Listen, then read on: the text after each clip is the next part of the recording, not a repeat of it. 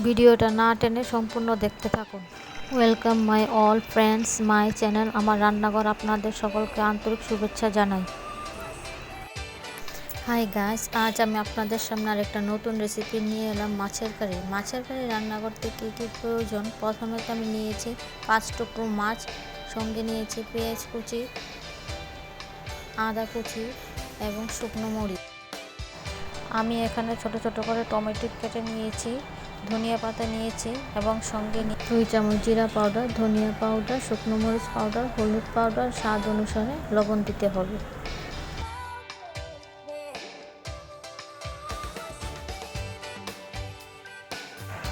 সম্বাসের জন্য নিয়েছি পেঁয়াজ কুচি, শুকনো লঙ্কা এবং তেজপাতা। কেটে রাখা পেঁয়াজ কুচি, আদা কুচি, শুকনো মরিচ এখন পেস্ট করে নেব। একটি উনুনে আমি এখন একটি কড়াই বসিয়ে দেব। কড়াইটা গরম হওয়ার কিছুক্ষণ পরে একটু একটু করে তেল দিয়ে দেব। তেলটা গরম হওয়ার কিছুক্ষণ পরে দিয়ে দেব তেজপাতা, শুকনো মরিচ। এগুলো এরকমভাবে হালকা একটু নেড়ে দেবেন। এখন দিয়ে দেব কেটে রাখা পেঁয়াজ কুচি। পেঁয়াজগুলোকে হালকাভাবে একটু একটু করে আস্তে আস্তে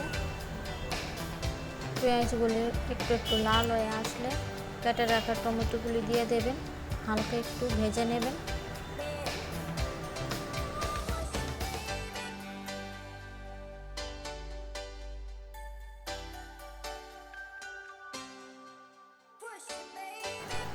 টমেটো ভাজা হওয়ার পর দিয়ে দেব পেস্ট করে রাখা মরিচ এবং পেঁয়াজ, আদা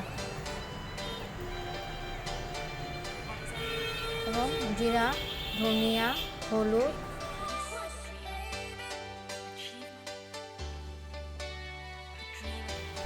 মশলাটা ভাজা হয়ে এলে দিয়ে দেব একটু একটু করে জল, সঙ্গে দিয়ে দেব স্বাদ অনুসারে লবণ আর হলুদ গুঁড়ো।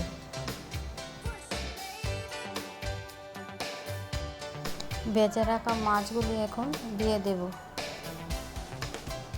মাছগুলি আমি আগেই ভেজে রেখেছিলাম। মাছের ঝোলটা তৈরি হতে সময় লাগে 15 থেকে 20 মিনিট। মাছের ঝোলটা হয়ে আসলে এখন ধনিয়া পাতা অ্যাড করে দেব। আমার মাছের ঝোল হয়ে গেছে, এখন নামিয়ে নেব।